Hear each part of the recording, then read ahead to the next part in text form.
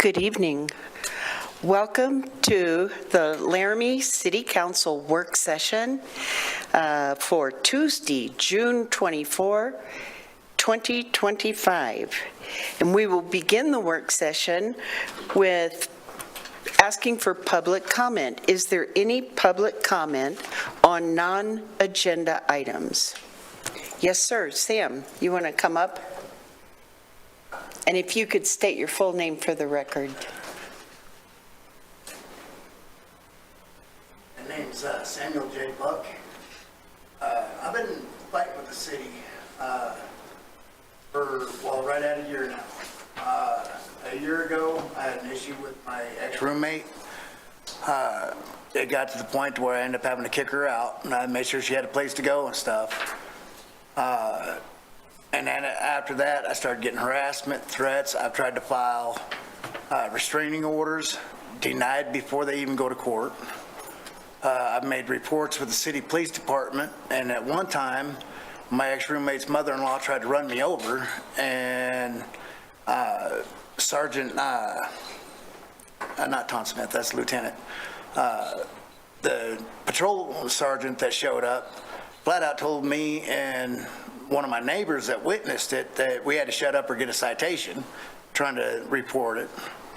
I've got videos on my phone of two different incidences where threats were made that were reported.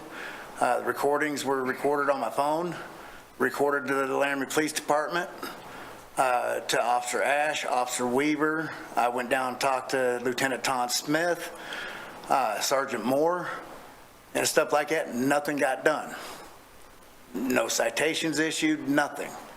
There was an attempt on the house towards the end of May of last year.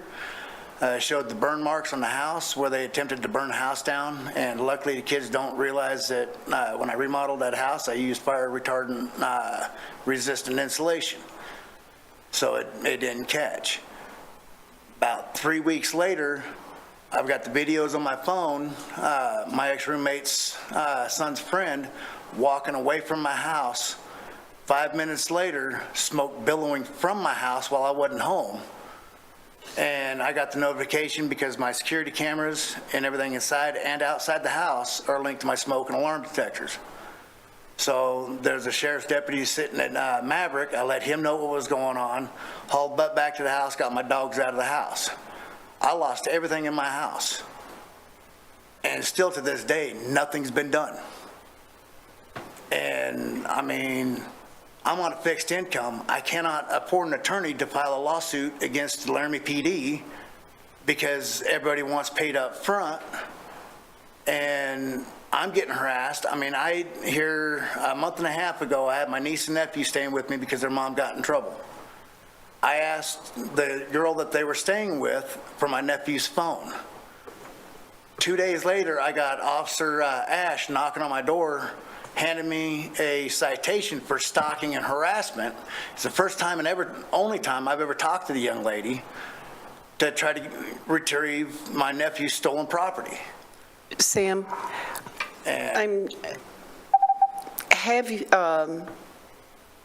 when is the last time you've been in contact with LPD? You live in the city? Yes. I live out at B. Barbie Trailer Court, space number 37. Okay. I actually just talked to him the other day because I had another incident going on that wasn't related to this. But I've been trying to stay in contact with Tom Smith. I keep leaving messages for the patrol lieutenant, whoever it is now. If you will give your name and contact information to the city clerk, and I will get in touch with you to tell you what to do next. Okay. Okay. Yeah, because I mean, the harassment towards me anytime anybody calls is crazy, but yet nothing's getting done about my house getting burnt down, losing everything I owned and everything else. All right. So there's a little investigating needs to be done, and then I will get in touch with you and tell you what to do next. All right. Thank you, ma'am. Okay. Thank you, Sam.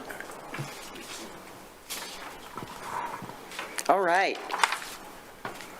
Oh, so Janine is not here yet. Is she online? Okay. So now we will begin our work session. And session number 1 is fee-for-service agreement with the Laramie Chamber Business Alliance. Good evening, City Manager. Good evening, Councilor Freed.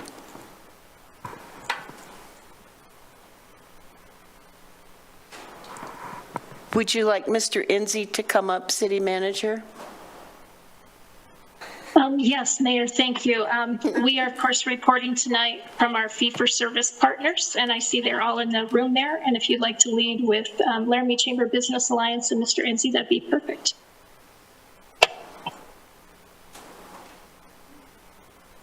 Perfect. Mayor, members of the Yes. council, City Manager, do we want to go over what the fee-for-service is in a front? Do you want me to do that? What can I? Mayor, if you'd like, I'm happy to provide a quick overview for you. Please, if you will.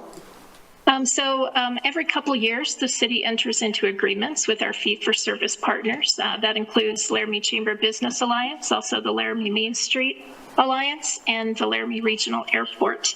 As a part of the reporting requirement, they are obliged to come before you once per year and tell you what they're working on behalf of the city, and how they're using the funds that you have appropriated to them, and putting those to work in the community as well. So for tonight, we have scheduled the reports from all 3 of those entities. And if you have questions about the agreements, I did ask the folks in my office to upload those to the Agenda Center earlier today. As you know, you do not need to renew these agreements this year. We are mid 2-year term in this first year, and so they'll be telling you about year 1 and how they've used those funds and what work they've been doing to improve Laramie.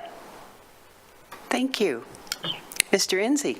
Perfect. Mayor, members of the council, thanks for having us tonight, and I guess us as the kind of broader LCBA community. Every year it's my pleasure to come forth and talk about what we do with kind of what the funding agreement is and what we do with it. And also, I think an important part of our story is what we've done with recapture, which we'll get to later.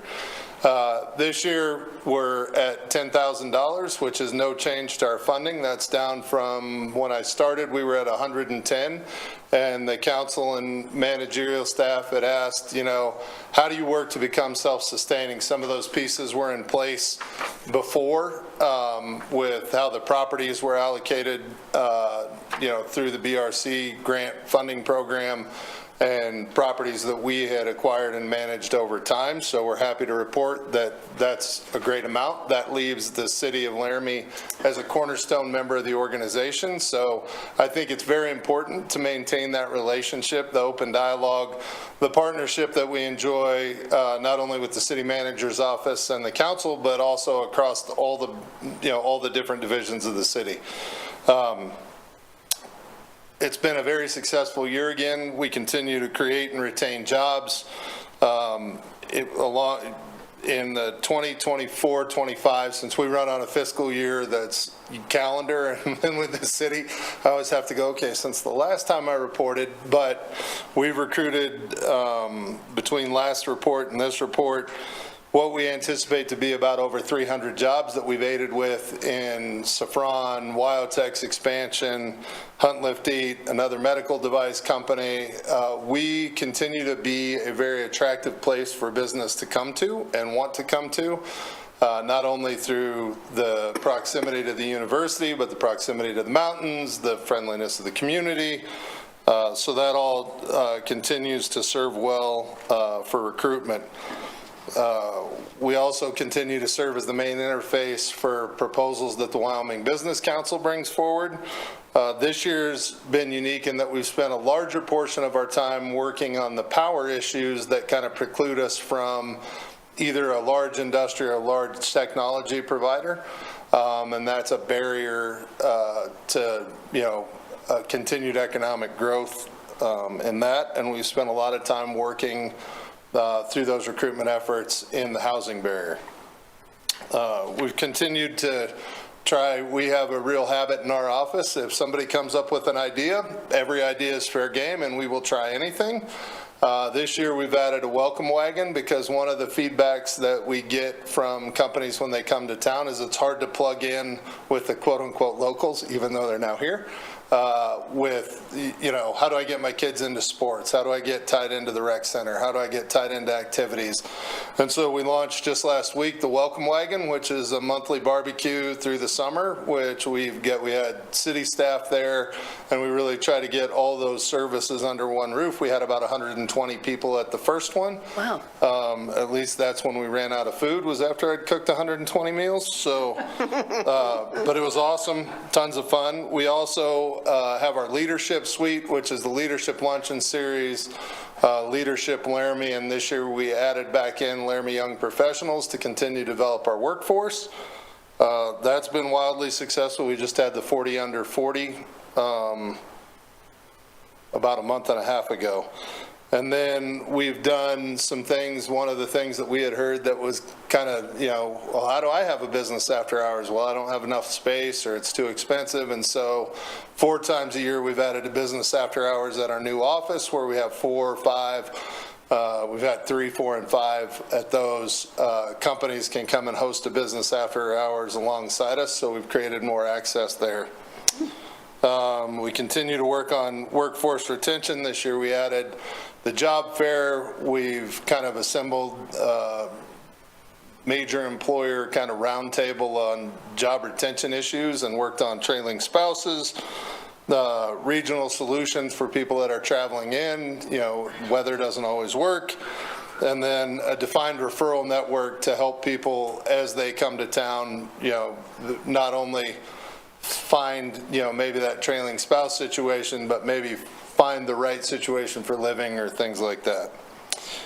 In programmatic impacts, our board, staff, and members of the organization have been thoroughly involved in the housing, which was spearheaded by Rebecca Miller and Trey Sherwood with a ton of input from Kaylee Holyfield, which has been a really nice thing to see with every aspect of our community, from the county to the city, city staff at all levels, really trying to tackle the housing solution. There's been movement in several groups. I'm going to brag on our group. The mayor and I decided we'd do the action group, and we're tomorrow going to bring forth bylaws for an Albany County Housing and Land Trust in order to look for the mobilization of kind of that middle missing housing. And then we've worked with the manager's office and the staff on another one that I think as a community we should pat ourselves on the back for a housing concierge, which is kind of in the exploratory phase and where it lives. But to really be able to reach out effectively to builders and developers with the increasing housing constraint. When we started this program, we talked about the Laramie constraint. Then it was, you started hearing about a regional housing constraint. Now I think I just read some stuff about New York City that now they're in the game too they have a housing constraint. And so it's really become a national issue around us, which just means that we're going to be competing for those dollars and developers even more. And those are just some of the steps that collectively our community has put forth to try to address housing. We continue to work to do startups and growing companies. We, are always open for meetings. I don't even know how many coachings we did with people trying to start businesses last year and get them kind of into the network, whether that's get over to Jim at SBIR, get them downtown to Trey because that's where they want to locate, but trying to connect people and then really trying to coach that thought process through. We've also done a lot of participation in the Impact 307 roundtables. We've got about 15 companies that we're working with right now on what's your next space and how do we, accommodate space, which is really kind of the core real estate function of the LCBA. And we're working to, kind of foretell some of those space restraints and requirements. We know that we're getting tight in commercial space, industrial space. You know, if you want to bring in something a little heavier, we don't have a lot of that in town. And so how do we look at what the next problem is going to be out in advance? So we're done with that. We have over 380 members, constant engagement. We had over, I think it was 600 different engagements with our membership last year. And then our proud one is the new building. One of the things that when we looked at where we were in West Laramie and Wyotech's need to have space to be able to use their existing facilities to grow welding, it was where do you serve business best and where do you serve the community best? And I think we really made the right decision. We took a highly underutilized property, renovated it, and we've had over 1,000 visitors through the door since we opened that, both through meetings and events. We continue to work with serve as kind of the interface for the city on BRC projects. The ones that we currently manage are UL Building 1, the high-vis properties, and the Plenty Building. And then, you know, as outflow, we also manage a project where we took dollars and reinvested them in the UL Building 2. UL Building 1 is currently occupied by Safran. The high-vis properties are both under lease. High-vis is going great. And the Plenty Building, we're currently in negotiations for a sale on that property, as after the Chapter 11, that space was no longer needed. We worked extensively also in that BRC. We get the, I guess I would call it the ongoing management privilege, and we've worked extensively with the city manager's office and Jennifer Wade to come up with what I think was more than exhaustive in where every dollar's gone. And on the initial review of that, it looks like for every dollar that we've ever taken in as a community, we put between 2 and 2.5 times back into economic development. So that shows that a self-sustaining program can and does work, and it gives us the flexibility to be nimble with the dollars as we reinvest them. From a fiscal year in review, we continue to manage the properties and the dollars that we get from the city for the economic benefit. People might say, oh, $10,000, like how do you deploy that and make it be effective? Well, it's that $10,000 with the BRC money, with the membership dollars, and they all go to economic development. And how do we generate programs that can impact both the business quality of life for the community, meaning those programs like how do you spread across, you know, between trailing spouses, child care is going to be, it's an ongoing, but will continue to be an issue. How do we find ways to solve kind of the business quality of life questions as well as the programs to develop and retain workforce? We have 4 full-time employees all the time, and then we have at any given time between 3 and 4 interns in the office. That's how we've been able to kind of do some more unique social engagement. Like we have now a podcast. I never thought I would have, and maybe it's a video one. I don't know what that means. We do video ones, and I call them podcasts.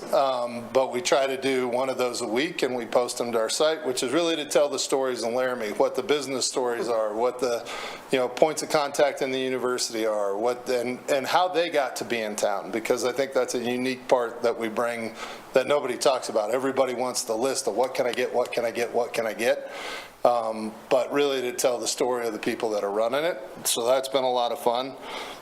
We've put over 5,000 hours in the last year into economic development specific activities. We have continuous engagement with city staff, as I mentioned before. I don't think, unless Janine wants to raise her hand and say it could be, there's a thing we could do better. But it's really nice to have the situation where we go, hey, have you heard this? Have you heard this? And we can pick up the phone and solve problems quickly at all levels of the city government. And we're privileged to have Councilor Newman be our ex officio member, and he's been to all but, I think, 2 meetings since he got appointed, which is great.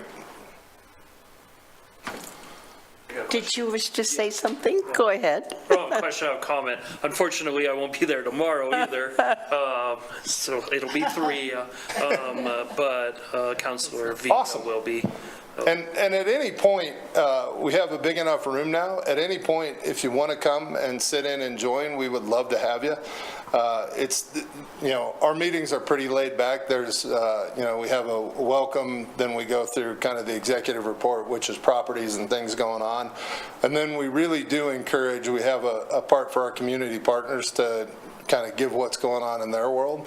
And to get all the perspectives, even on the other ex officio things you sit on, I think sometimes I'm like, oh, I didn't know that was going on at tourism or at, fill in the blank. That it would be nice, and we welcome anyone to come to those meetings. Back to this on part of the presentation we do every year is kind of what's the forecast, what's upcoming. We look forward to continued economic growth. I think when you look at kind of the dialogue that's come out with the new Business Ready Communities grant writing rules redo, you see Wyoming's in economic decline. Wyoming's in economic decline. And I've asked to have those numbers broken out by Southeast Wyoming because I don't believe that Cheyenne and Laramie are in decline. We don't have some of that. We're blessed by geography. It's easier to get to the amenities that people want in Fort Collins and Denver, and we need to quit. We can't run away from that. There's a benefit. We've got a more advanced workforce that's easier to access, more highly trained. And so we continue to be a target spot, and we don't foresee that going away, even with we've had people just go, I still want to be there, and I'm going to just tackle housing as it comes up. The power issue will be big, but that's in a bigger growth. PacifiCorp has committed to us that residential growth they'll be able to continue to support. So we can keep working on the housing problem without some of the other things, but power will be a limiting factor, and housing at some point is going to become, if everything's sold, occupied and sold, and we're not building anything, then housing is definitely a barrier. And I think with the work that's been put together on that at a community level, and everybody getting behind how do we tackle a very complex problem and looking at it from one thing creates a ripple effect to another thing. I think we've started to get some good headway on housing, and so I'm encouraged by that, but I think I would be remiss if I didn't say housing could still be a problem in the future. Mm-hmm. With that, I just want to thank the council and the staff and City Manager Jordan for the relationship and just being able to progress and letting us do our thing and always being there to solve problems as they arise. With that, I would stand for questions. Thank you. Council, do you have any questions or comments?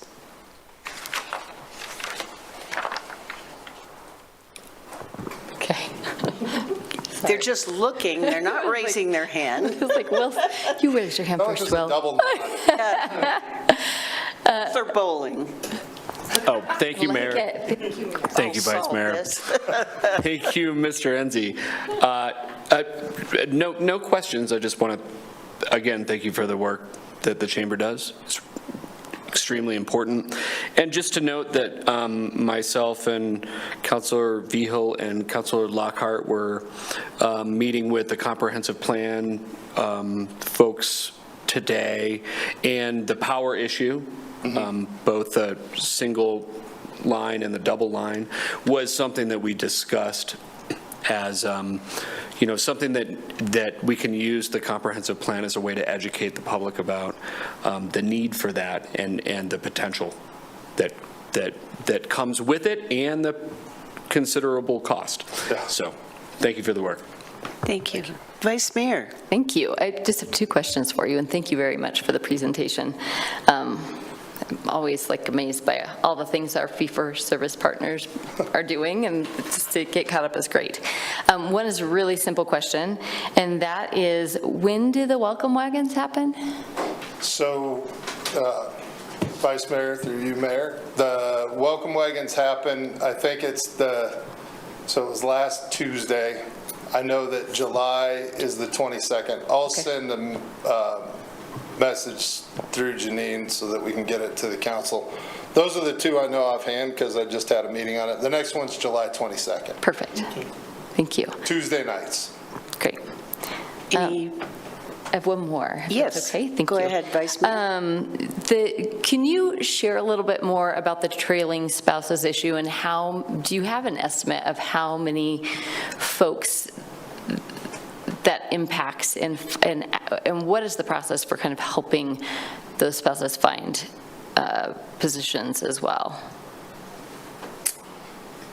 Mayor Cumbie, Vice Mayor Richardson, I wish I had it to be a real scientific thing. The way that we have always, that we've tried to create a system to address it is when we hear about it, then we try to help them find a job. And so as we've created with Safran, Wyotech, the hospital, we've kind of gotten this major employers group together. But we would be open to anybody. If you're having a spouse have trouble finding a job, usually in Laramie, it's interesting that you might not kick over the first rock and find it, but somebody knows the person who can kick over a rock. And I think that's where our disconnect has always been, is somebody says, oh, I'm coming into the university, and then the university, or whatever, it could be anybody, I'm not picking on the university in any way, shape, or form, but then they try to solve that issue in-house, and if there's not enough jobs in that entity, then it's hard to solve it. And so what we've done is, when we hear about it, we kind of put out a call, and then typically it resolves itself fairly quickly. I think depending on what the training is, and professional staff, a trailing pharmacist might take us a little bit longer than somebody with accounting background. So that's kind of how we've been doing it. I wish it was more scientific. I would say that probably if we're proactive, usually we know before they're even getting ready to move, and we kind of get engaged during that recruitment process. Yep. Further question or comment? I guess. Councilor Newman. Thanks for the presentation. I think our $10,000 is well spent if you're getting 2.5 back for economic development. My comment is for anybody who wants to go to these meetings, they are open to the public, correct? Mm-hmm. And I would urge you to go.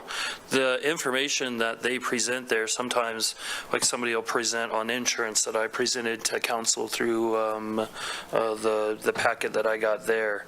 The next time it might be on loans.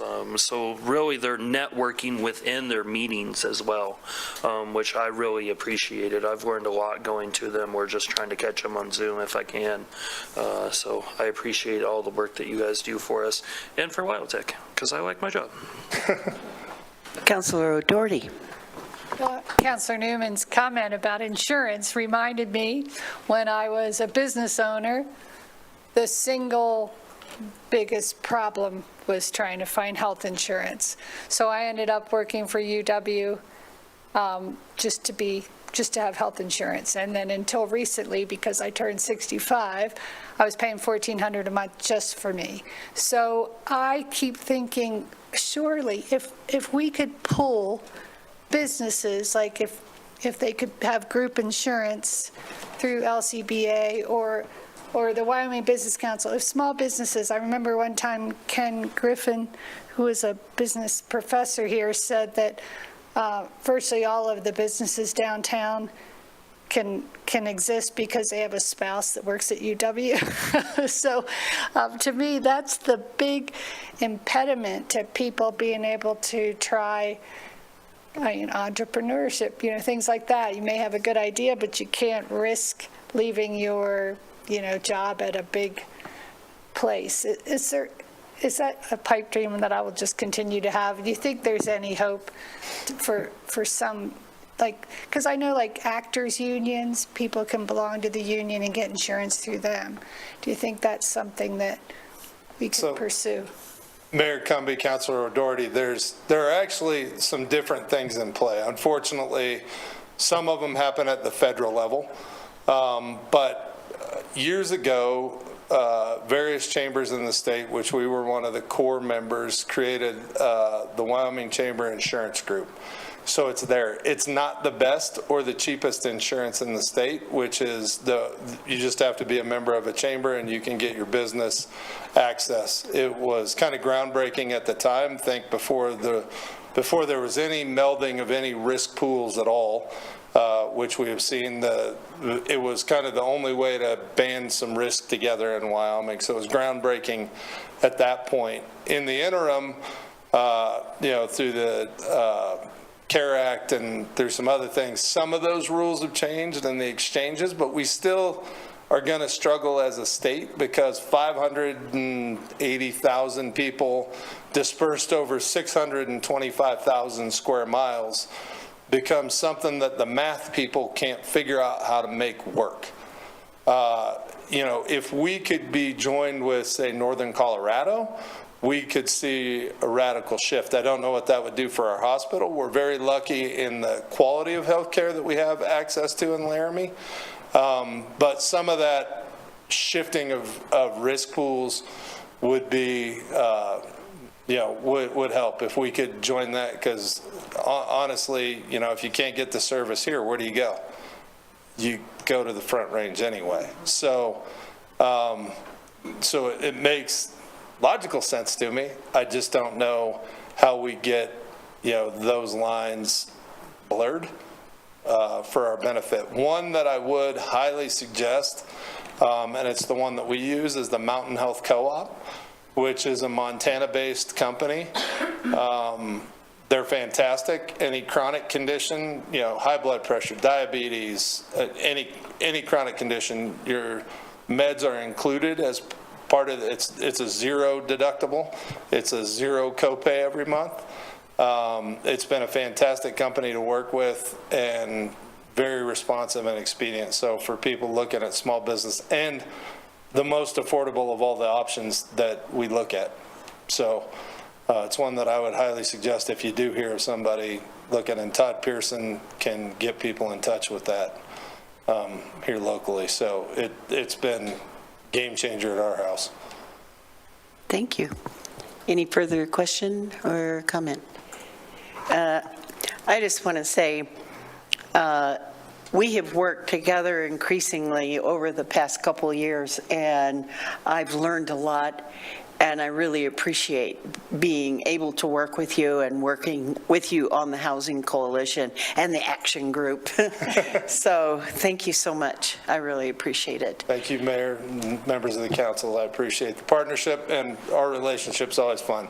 We usually laugh a lot, too. We do. If it's not fun, we're not doing it. I like that. So next, I'll turn it over for public comment on this agenda item. Okay, seeing none, thank you very much, Mr. Enzi.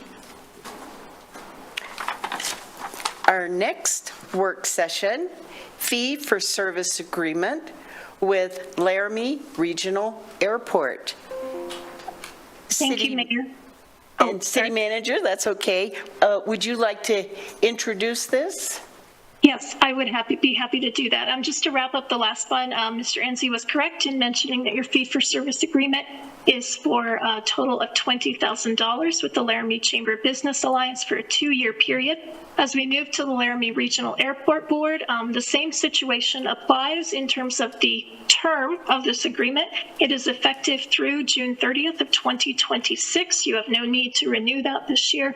The director will be reporting on you and on how they put to work the monies that the council has appropriated for their use. And the amount of that is $205,000 per year for a total of $410,000 over the 2-year contract period. Thank you. Thank you. And Director Terrell. Thank you, Mayor Cumbie and council members. I appreciate the opportunity to come in here and share about the airport. Driving over, I was getting really excited because we don't get to very often just come talk about the successes at the airport. And before I get started with my actual presentation, I want to thank the City Council. You guys are one of our grant sponsors. Everything we do, the city and the county both sign off on all our grant assurances. I appreciate that. You guys also appoint our Joint Powers Board. I work directly for the Joint Powers Board. We couldn't have a better business-minded and supportive Joint Powers or board board that we have. They've gotten us through some very difficult 4 years, have been very attentive to our needs and very quick to make decisions. So before I get started, I was thinking of all the things that made us successful, and that's really important, that I take a moment to thank you for being our sponsor and that you understand what the board means to those of us that work at the airport. So I want to thank you for that opportunity. This past year, we've had some great successes, and we really appreciate your investment in the Laramie Airport. The $205,000 that you are putting towards the airport annually, or last year and this year, accounts for about 6.8% of our entire operating budget. We get the same amount from the county. It's a requirement that the county and the city each give us the same amount each year. As I get ready to go into the details of the airport, I want to talk to you about some of our funding streams. If you already know these, I apologize. I certainly wouldn't present something that you knew, but just in case, I want to talk about, we have four funding streams that come into the airport. We have what we call IJA funds. That's the Infrastructure Investment and Jobs Act. Those are funds they were previously referred to as bill money. It is now called IJA funds. This money is distributed to all airports federally based on what type of airport we are. We are a non-hub airport. So DIA, for example, would be a hub airport. We're considered a non-hub. Still a commercial airport, just not a hub. We also get money from AIP money. That's the Airport Improvement Program. So that's another funding source federally. And those are directly based on our emplanements. So we have to get 10,000 emplanements to receive that funding. We have to get that annually. We do get those emplanements. Local government, the city and county, you guys provide us some money to our operating capital. And then the operating income, the airport generates revenue as well. So we have four funding sources that come into the airport and help sustain this infrastructure. All of the AIP and IJA funds that I just talked about, those federal funds, are earmarked for very specific projects. They're not funds, and I think that was something I had to learn when I got there, is they're not funds that I can put into anything to go into the operation. Those are specific funds based on projects. And then we have local match money on all of those projects. So as I was trying to figure out how the best way to present it, I just put together, we put together the current grants, and we just put a copy of it up on the desk. In here you will see, and I will talk, for example, we have a master plan project. Well, that was a 2-year project. Let me talk about something that's happening right now. We have an ARF truck. That's an AIP funding. So that was AIP funding. We used federal dollars for that. The federal share for that was $971,000, some $369. The state share was $30,000. Local share was $20,000. The total project over $1 million. With that being said, as we break those down, we got all the COVID, CRISA, CARES money right when we came into the airport. We still had access to that money.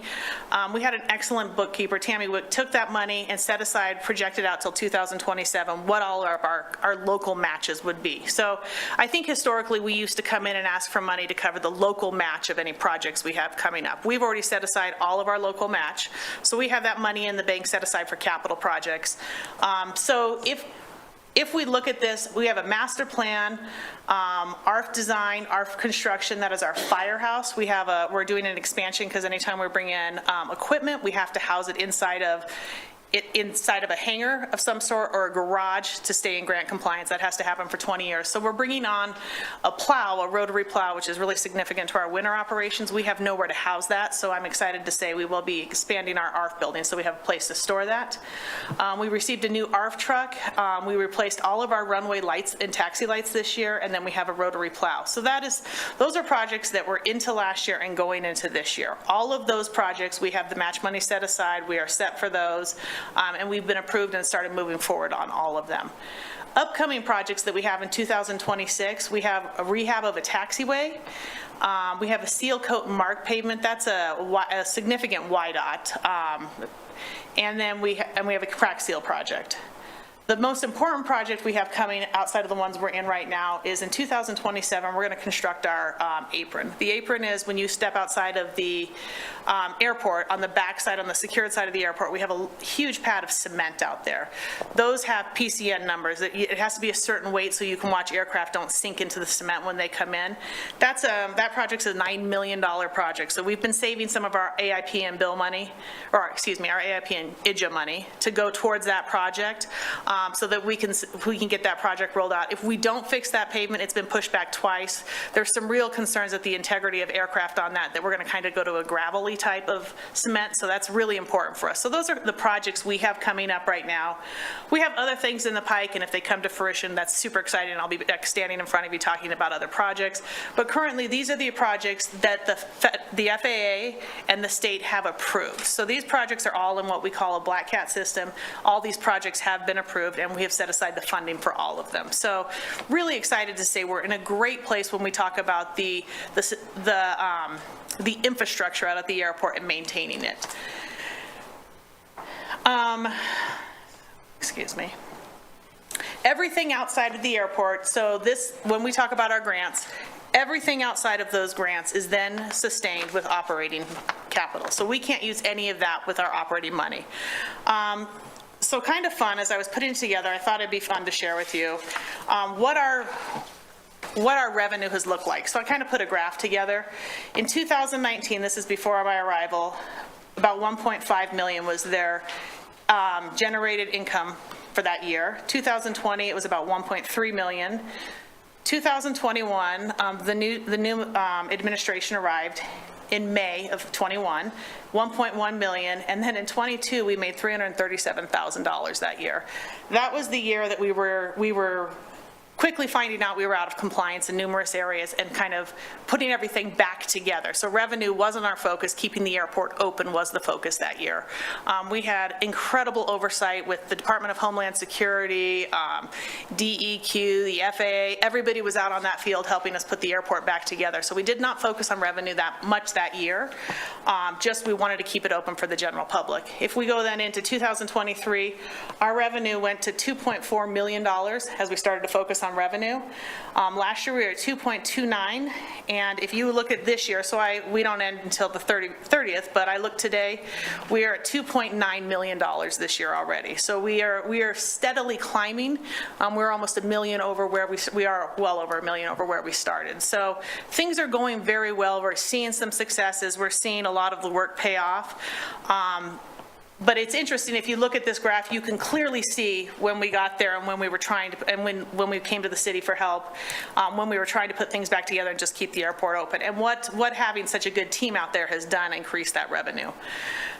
This year, our budget is for $3,013,656. Our expenditures are projected at $3,262,475. So we are at a shortcoming of $249,801. Where I put that money was in our fuel. The fuel prices are always, they're not the lowest, they're not the highest. We do a fuel study every morning and what we mark that fuel up. So we watch every single week what we're marking the fuel up to make sure we are still selling fuel. Laramie is a destination place. It's not somewhere if someone says, I'm going to drop in and fill my citation. If they're coming here for a reason, we want to have good fuel prices for them. So we watch that every single week. If there is, for example, if there's a forest fire, our fuel sales go way up. If we have a charter come in, we just had the Ravens come in, part of their administration. They bought a lot of fuel. So I did put that shortfall into the fueling numbers. I think we can make that up. We've got an excellent team that recruits business. We also contact the military. Anytime that we always tell them, bring us a thirsty plane, we'll buy you lunch. So they bring us helicopters and planes, and we're fueling them and we're buying them a $25 lunch. So it really works out well for us in the end. So some of that stuff is going on. So we do have the budget is balanced. However, if you want me to really break out where we're short, that's where we're short. We're going to put it into the fueling numbers. Overall, though, this year's budget is $247,000 less than last year. So we're bringing down costs as well with the same amount of employees. I'd like to talk a little bit about the impact that the airport has on the community. We kind of view it as one of the two gateways. You've got I-80 coming into Laramie and you've got the airport coming into Laramie. I would say we move a lot of the money in and out of this community. A vital part of the infrastructure. And we really sat and looked at these numbers. These are 2020 economic impact numbers. The Wyoming Department of Transportation is in the middle of doing a new study this year. So I'm thinking early fall, and I'll be back in front of you when we get it. We will have new numbers. But in 2020, when this economic impact study was completed by WYDOT, the airport generated $37.3 million of direct and indirect income to the city of Laramie. I should say the community. I'm sure some of it went to the county. We also had $1.4 million in direct tax revenue. For every $1 the city and the county invest in this airport, we're getting a return of $90, and that does not include taxes. So we really are a part of the infrastructure here. I don't think we necessarily viewed ourselves or have been in front of you as part of the team here, but we are bringing in quite a bit of money and want to be viewed that way. We want to come in here and continue this partnership. So some of the successes I'd like to talk about at the airport. I know you guys get lots of letters and comments and you hear everything, we all do. We don't very often get an opportunity to sit and talk about the things that we do of success there. Right now, the airport is in full compliance. That has been a lot of work with this team here. We have an excellent team out. I have the great job. I get to stand in front of you and present, but we really have an impressive team out there. Works hard every day to keep us in compliance. All of our grants are in compliance currently, and safety and security are in compliance, and safety is our #1 concern at the airport at all times. So this is a really good time to fly in and out of Laramie. Everything is in full compliance. As I mentioned earlier, you are sponsors for all of our grant assurances. So we had about a year and a half ago, we had somebody file a Part 13 complaint at the airport. That is, I think we had 13 complaints. It's a significant issue when you get a complaint filed. It was with the FAA. The FAA asked us to respond to 7 of those complaints.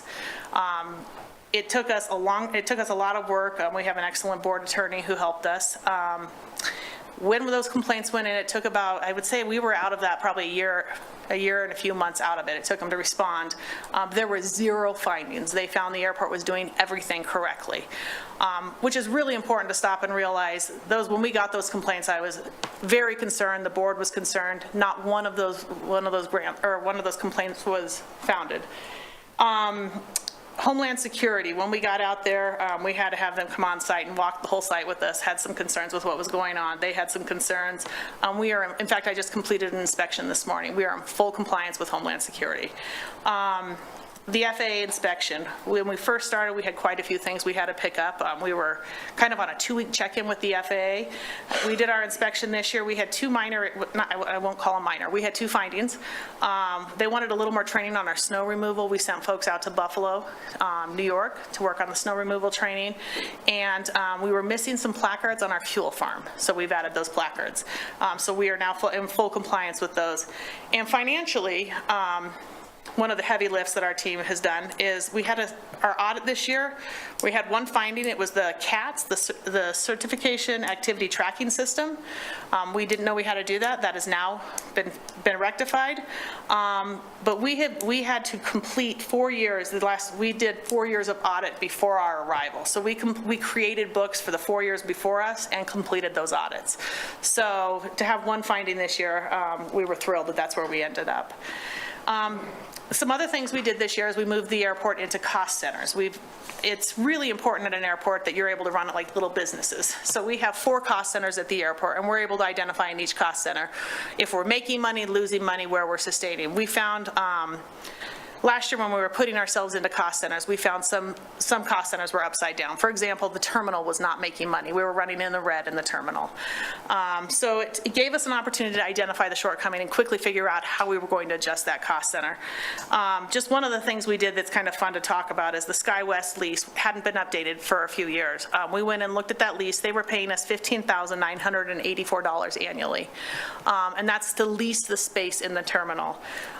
We worked on that contract with them. They now pay $82,582. So their lease increased quite a bit. TSA also pays us about $48,000 annually to be in that space. And as soon as their contract comes up for renewal, we will bring them up to the same prices.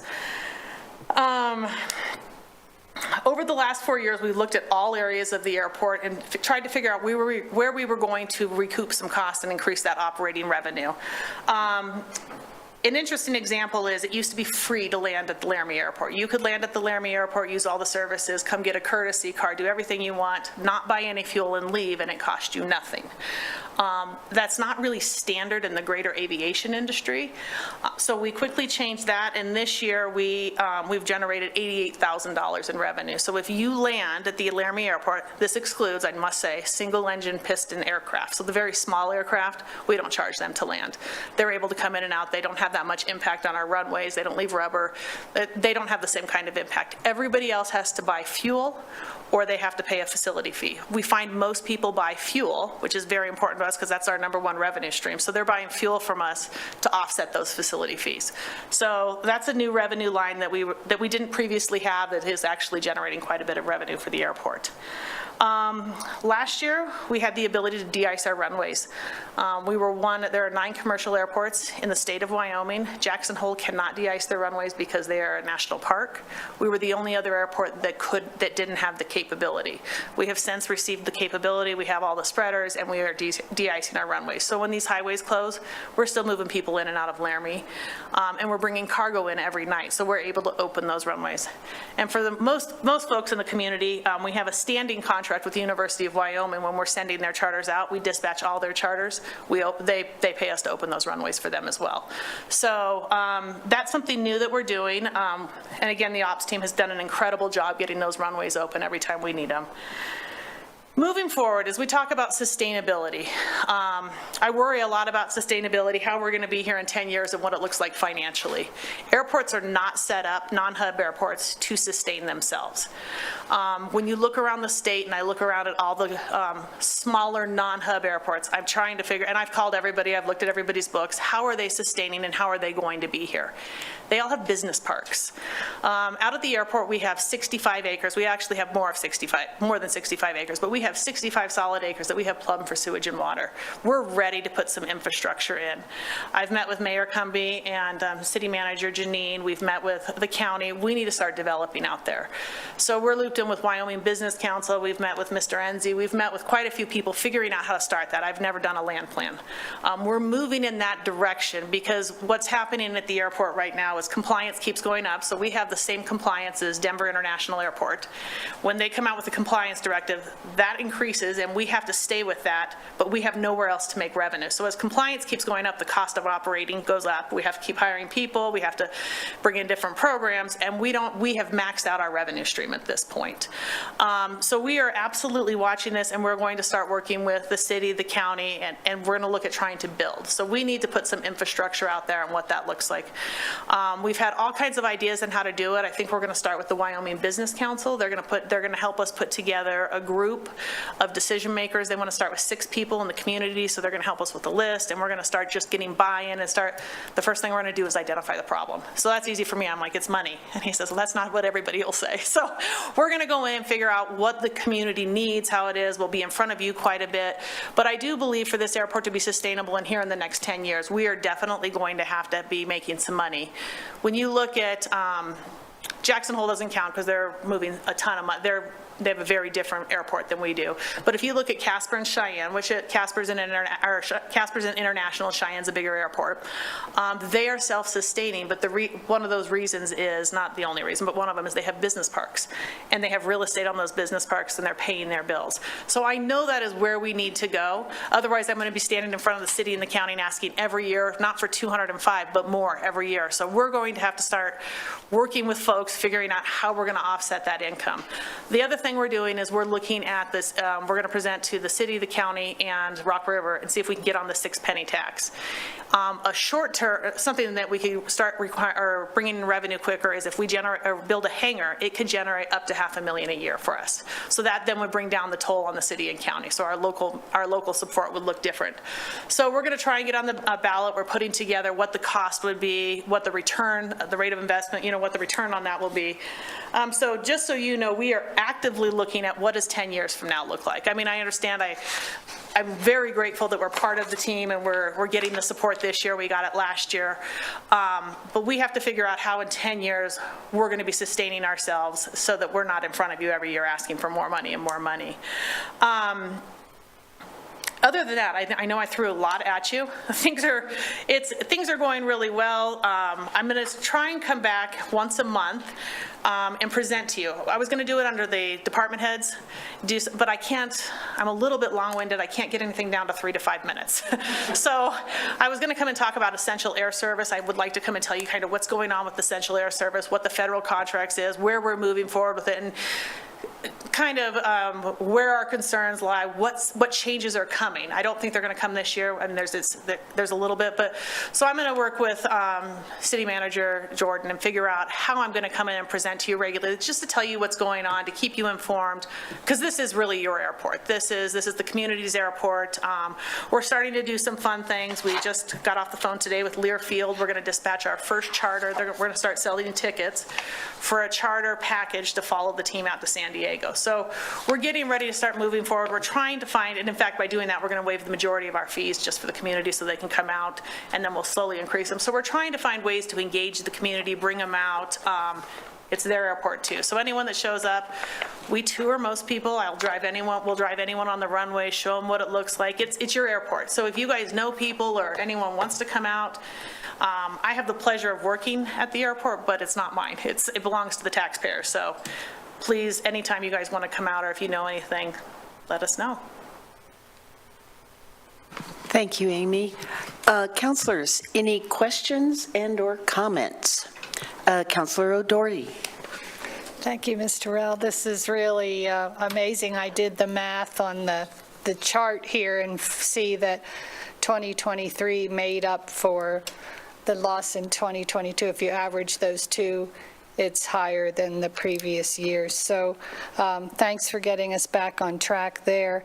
I was wondering, I remember for years, the 10,000 enplanements was always like really hard to get, so there'd be like some specials, some trips that people could go on to help increase that.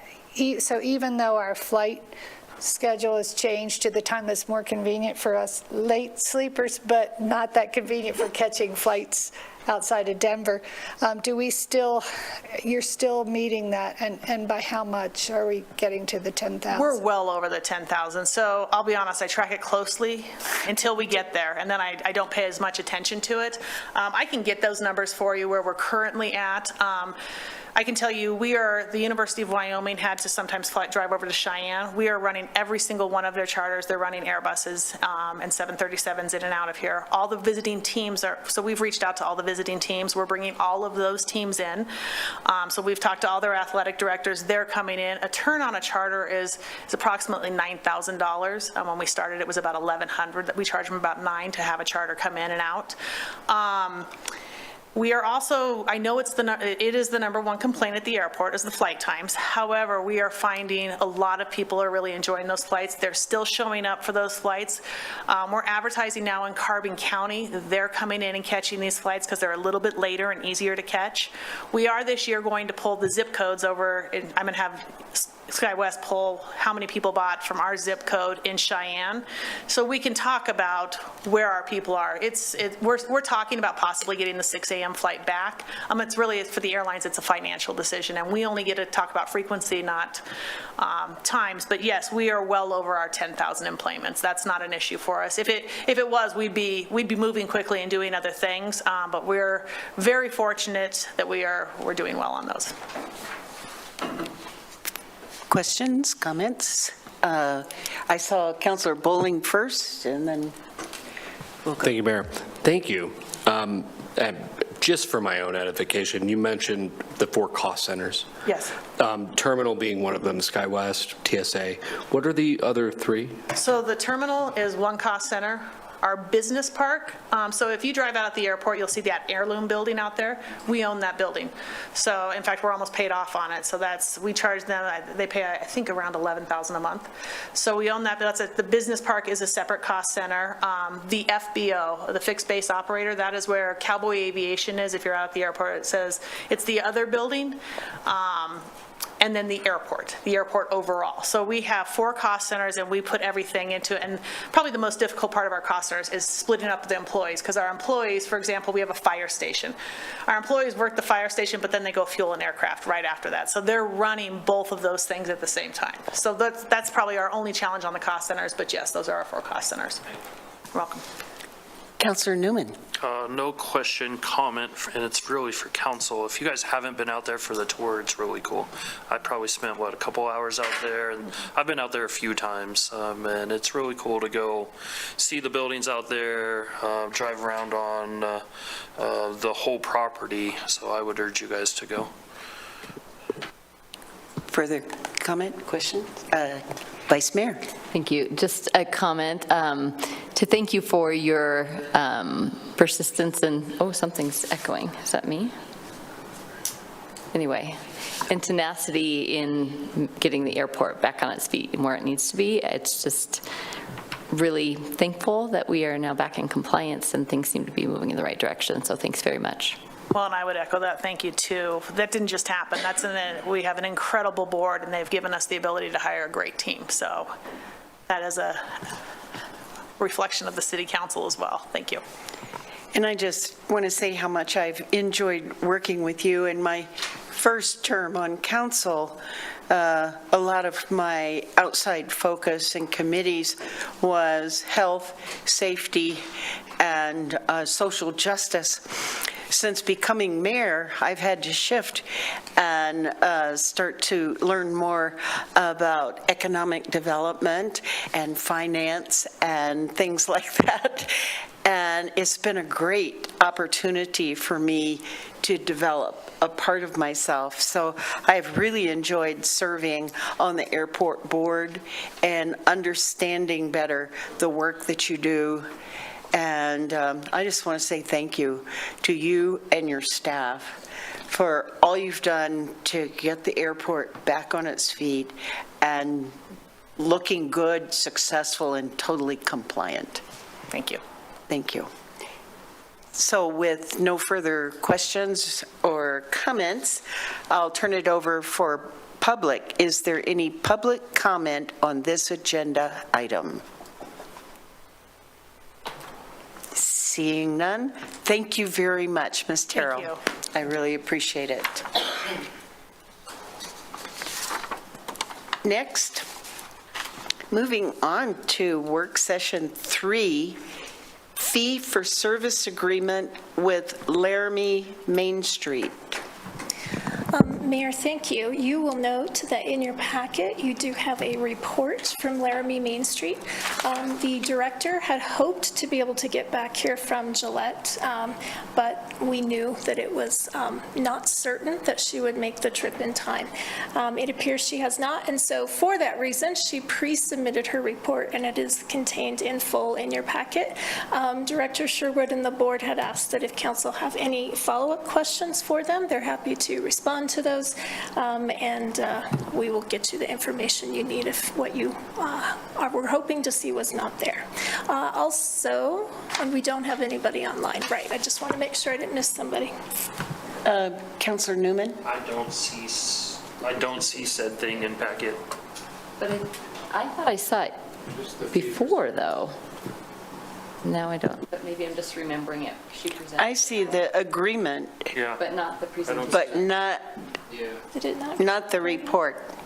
Oh, okay. Well, very good. I will, I'll make sure to send it to you. yeah, in fact, I can email it to you right now. We must have miscommunicated as far as getting it from my side of the hall to Nancy's side and into the agenda center. So I apologize. We will get that uploaded, and I can email you the report right now.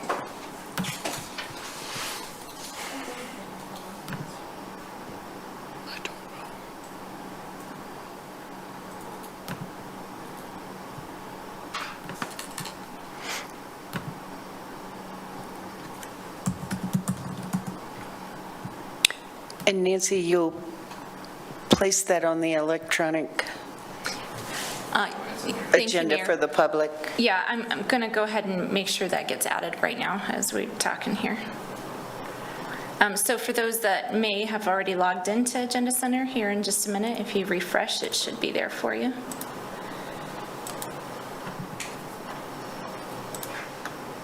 apologize for that oversight, Mayor.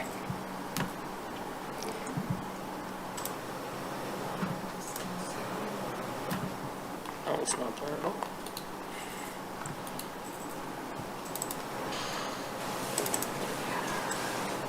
I see it now. Oops. Something jumped in there. There we go. It disappeared. Yeah, I don't see it at all. Yeah. LRA. Oh, no, I'm in the wrong one, sorry.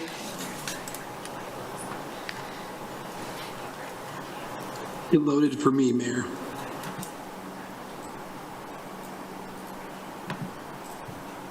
No, the whole thing disappeared, Nancy. Yeah, I pulled it off so I could add, I have to pull it off the agenda to be able Okay. to add an attachment. So it's coming right back on right now as we speak. Okay. So you might have to refresh. So if we go back to Agenda Center. Yeah, if Good you night, just Amy. Refresh your browser. Yeah, just hit the refresh button and. Yeah, I thought I had it on there, so I'm wondering when we put the other fee-for-service agreement on, if it accidentally removed it instead of adding it as an additional item, so I apologize, council, for the confusion there. Council, I think it was there. I'm pretty sure I haven't lost my mind. So that would explain it, because we did make that change today. While you're refreshing your browser, Mayor, I'll just let you know that this agreement, like the other two, is scheduled to expire June 30th of 2026, so it need not be renewed this year. The report for tonight would cover the activities for the first year, and you appropriated to them each year of the 2-year term of this agreement $65,000 for a total 2-year appropriation of $130,000. So the report that we are uploading now to the Agenda Center, and apologize that that did get taken down briefly today, would be covering that first year, that $65,000 of work and activity that Main Street performed on behalf of the city, or in conjunction with, I guess, the city.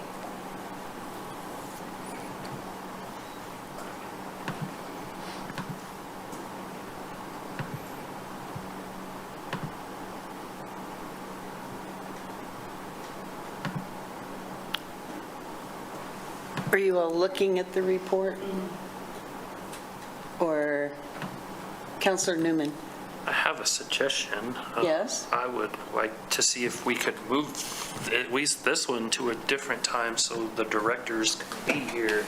Because right now, it would just be, we're going to have a whole bunch of questions and then, like, they're going to have to come back anyways.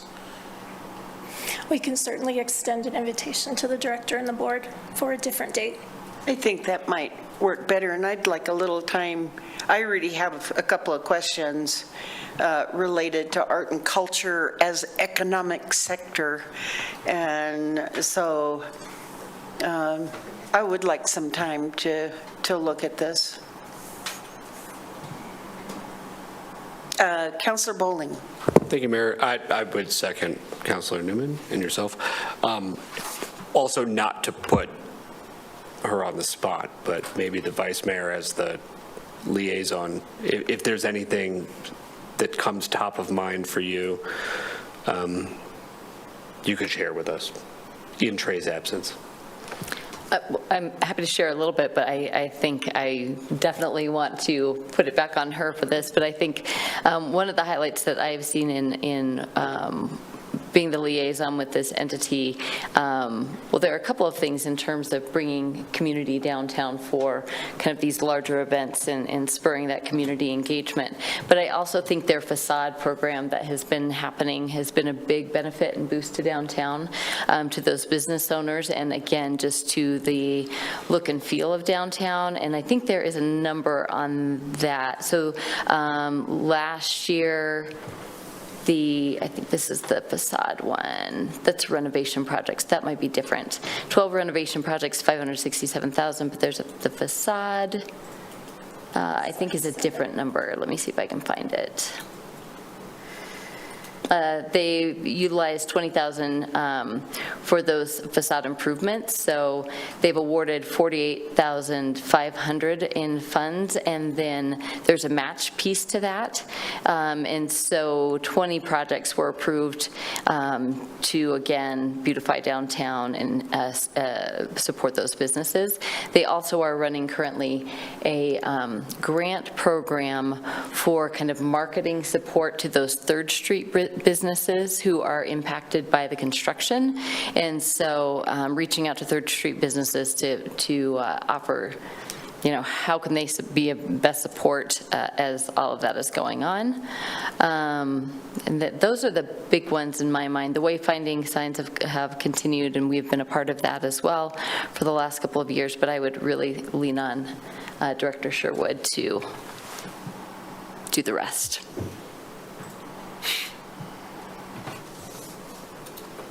Thank you, Vice Mayor. I appreciate that little overview. All right, so I guess, Still has to go to the public. yes. Is there any public comment on this agenda item? Seeing none? Thank you very much, and we look forward to Trey Sherwood being able to join us. Next, I'll return to council for council updates. Councilor Bowling, are you ready? Yeah, thank you, Mayor. Just a bit off the cuff. Really the only thing that I have to report on today would be just a quick overview of the DC fly-in from experts in the field, United Today, Stronger Tomorrow, a few weeks ago. Myself and the Wyoming delegation was myself and Scott Kane from Creative Solar Energies out of Lander, and Terry Wickham, former Mayor of Rollins, and County Commissioner. And we were really just there to meet with members of Congress specifically about the clean energy tax credits, some of which have been in place since, Bush 2, but were kind of solidified during the Inflation Reduction Act, and their importance to the state for economic development, job retention, and so that was and how those were at risk, are currently at risk in the current Senate reconciliation bill. So we were able to meet with Senator Barrasso, Senator Lummis, and a staffer for Congresswoman Hageman. And there were 7 other states there, rural states, Midwest and West, that all benefit from that. So it was, on the whole, a very productive discussion. I think those continue to be some of the most talked about negotiating points as the Reconciliation Act currently stands. I know that there are a lot of other things that go into that right now, but we were meeting specifically about these IRA tax credits. And we will see what happens. But it was a productive experience and a great opportunity to represent the city. And I would really extend my thanks to Nancy and Janine and Todd for also arming me with some necessary information and talking points. Even though we needed to kind of have a broad-based messaging, I was able to point to some specifics for Albany County, and Senator Lummis in particular was receptive to those ideas. So that's really it for now. I have police advisory next week, and then a whole bunch after that. Thank you. And Councilor Bowling, I really appreciate your rising to the occasion. You had very short notice, and boy, you followed through. Thank you. Councilor Vigil. Thank you, Mayor. Lots of change in my boards and commission world lately. So Katie Christensen has finished, will finish her term as chair of LPAC on July 1st. And in her place, Ismael Dominguez and Sadie will be kind of taking over leadership in like a co-chair type of situation. So there's some restructuring happening. And I think it's going to be interesting and exciting just to see what happens with LPAC next. I know there's a lot of work to do, but I would expect to see them at the farmers market this summer. I think they're going to have their like little tattoo parlor set up there, so that'll be fun. And then let's see. Town and Gown, I went to that today. Also some change there. So Tracy Young, I believe this was her last Town Gown meeting, or at least steering committee meeting. And so there will be some transition there as well. And TBD on kind of what that structure looks like. I think we're planning to meet sometime in August. So I'll let this group know how that kind of shakes out. And then I will be going to LCBA for Councilor Newman tomorrow. So busy week. Thank you, and thank you for helping out. Councilor O'Doherty. The Laramie Advisory Commission on Disabilities, as you know, Mayor, tabled at Pride Fest, and they'll do so again at Freedom Has a Birthday. They're giving away sunglasses to help protect people's eyes from UV, and ear protection for people with, to protect your ears, and also people that have sensitivity. Territorial Park Board meets next week, and the Environmental Advisory Committee was attended by the mayor, so you could update on that. I got a email today from Bodie Heidel, a botanist from UW, recently retired, and she wanted to alert us to the invasive weeds that she's seeing pop up in Laramie. One of them is purple loosestrife. So if you see purple loosestrife, you might want to look that up, and you don't want to encourage that. And then knapweed. I think it's Russian knapweed. So I'll pass that on to our Parks and Rec folks to be on the lookout, and she's willing to help out with any of, identification and things. Thank you. Thank you. Let's see, Councilor Freed, are you ready? Yeah, thank you, Mayor. Can you hear me okay? Yes, we can hear you. Awesome. Well, pretty short report for me. I've had no new meetings since our last work session, but on the Traffic Safety Commission, we have one member stepping down, and so we'll have one vacant position with someone that Mayor, you and I interviewed. We'll hopefully take the role. Otherwise, we'll start interviewing others. That's my only update. Thanks. Thank you. Councilor Newman. I'm still writing my WAM kind of book. It seems that there was a lot of information there, and when I started to sit down and write this, I was like, ooh, this and this and this, and so I'll try to get that finished this week so we can get it out to you guys next week and get it in the agenda for the following week, so you guys can read it. But there was a lot of information, both at the meetings and then talking to some staff at Cheyenne, of maybe some ideas that we could do here. So that is coming, I promise. Thank you. Thank you. Vice Mayor. Thank you. And would you be willing to make that a shared document? And I will add my comments to it as well, because I also have not typed up my stuff yet. But also attended that. It was great. Some good information. Some areas also, they had a whole session on the lead pipe thing, and we were feeling like, wow, we are like a year ahead of where a lot of towns are. So that is great. As one plug to the city, good work, city. I I had a Pilot Hill meeting. They are focused on the lot being created at the end of Willett is happening. They are also looking, as costs have gone up, they're looking at where they can save money. They are also utilizing those funds that were given by the county and the city to, make sure they are getting in the necessary pieces.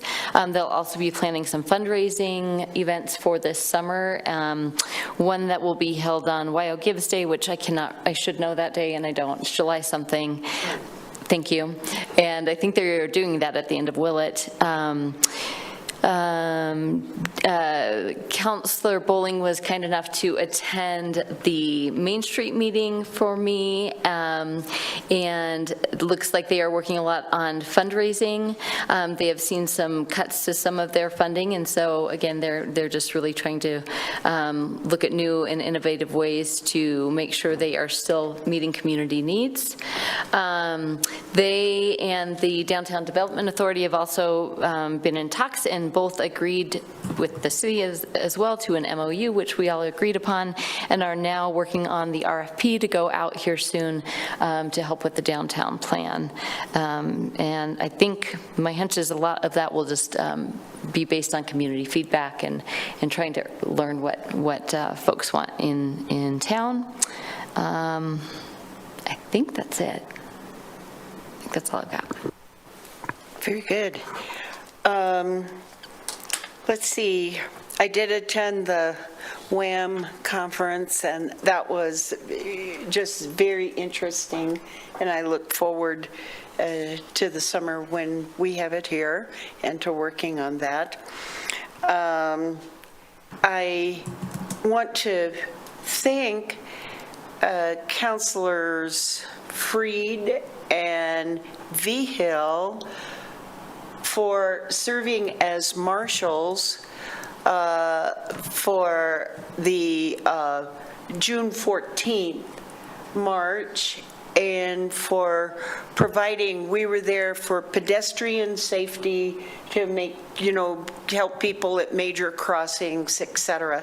And it went very peacefully, and I appreciate your time.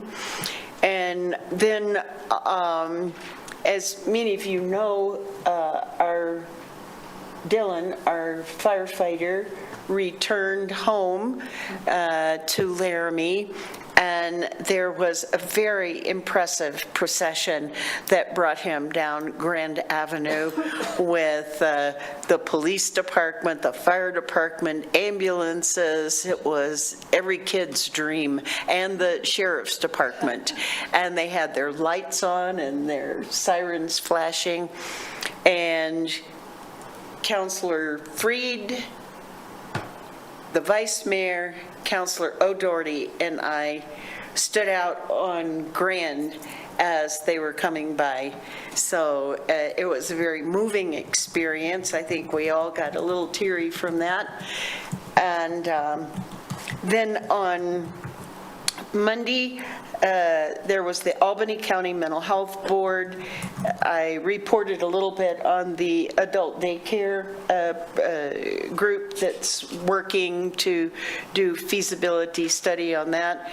I talked a little bit about the transition of our law enforcement mental health caseworker, the new one, and I gave kudos to Chief Brown and the other officers for their working relationship with this protest group, that it's been a cooperative type of endeavor that I think has made me proud of our city and has kept everything very peaceful. So I did report that to them. Monday, I also had the Housing Coalition Action Group, and what we did was work with Fred Schmeckel to prepare his presentation that he'll give to the Laramie Chamber Business Alliance Board tomorrow. So you'll get to hear that, Councilor Vigil. Some of us attended the first session of the comprehensive plan, and that was very interesting. I later got online and looked at the Forge Laramie website, and that's real interesting. And I think that is it. May I make one more? Yes, of course. Thank Vice you. Mayor. One more for all of the millions of people listening in right now, is that along with the Housing Coalition Group, we have created a survey, a housing survey, and this is slightly different than what the city has done in the past in that it's asking people what kind of housing they would like to be in if they could afford anything, what kind of housing are they in currently, and so that is out in the world. I think I have it on my social media, and so if you all could share that in your worlds, that would be great too. Thank you. Thank you very much. So, councilors, if you will take a look at the agenda. And first, if there's anything on the consent agenda that you think needs to be moved.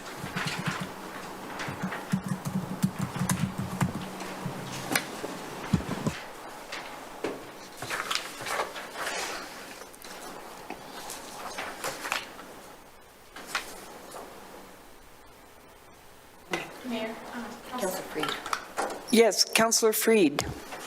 Thank you, Mayor. I was just, could we get more information on 9D,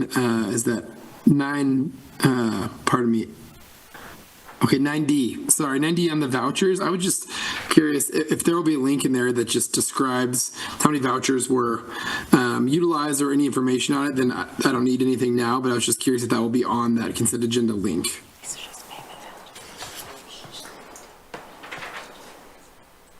Yeah. Through you, Mayor, Councilor Freed, so this is a standard item where the Finance Committee review all of the vouchers for payment, and then we place this item on the agenda for ratification by City Council. We typically don't provide all of those vouchers, and that's sort of why you have the Finance Committee, I guess I would say, if I were going to make it simple. Do you want to add anything, Nancy? Those things are certainly available for inspection if you'd like. The minutes from the Finance Committee meeting are also available. Maybe I would encourage you, if you have specific questions, you could reach out to me or to Director Wade. The expenditures are published with the minutes. Yeah, and Nancy's saying as well, the expenditures are published with your minutes when they go to the public, so. Thank you, City Manager. You're welcome. Councilor Bowling, did you have a comment? Oh, all right. If we can now look at the regular agenda.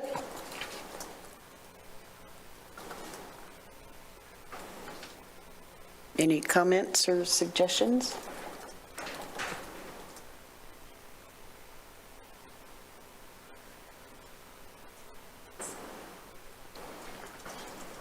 Yes, City Manager. Mayor, just one quick note. I would draw your attention, Mayor and Vice Mayor, to 9J, which we did add to consent agenda today, if that is acceptable.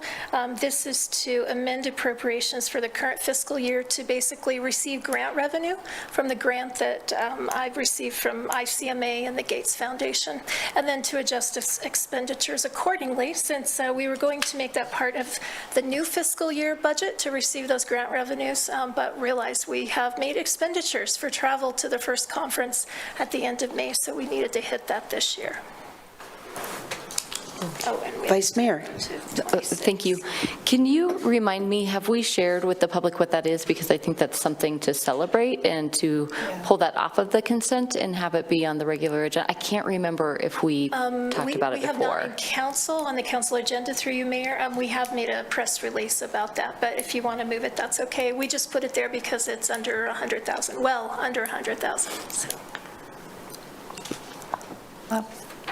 Madam Mayor. I mean, sorry, go ahead. I'd be in favor of putting that on the regular agenda for the same reason. All right. We have a consensus, I believe, of moving that item to the regular agenda to provide the public with some cheerful, joyful information, for which we're very proud. Okay. Is that it? Then this meeting is adjourned. Thank you.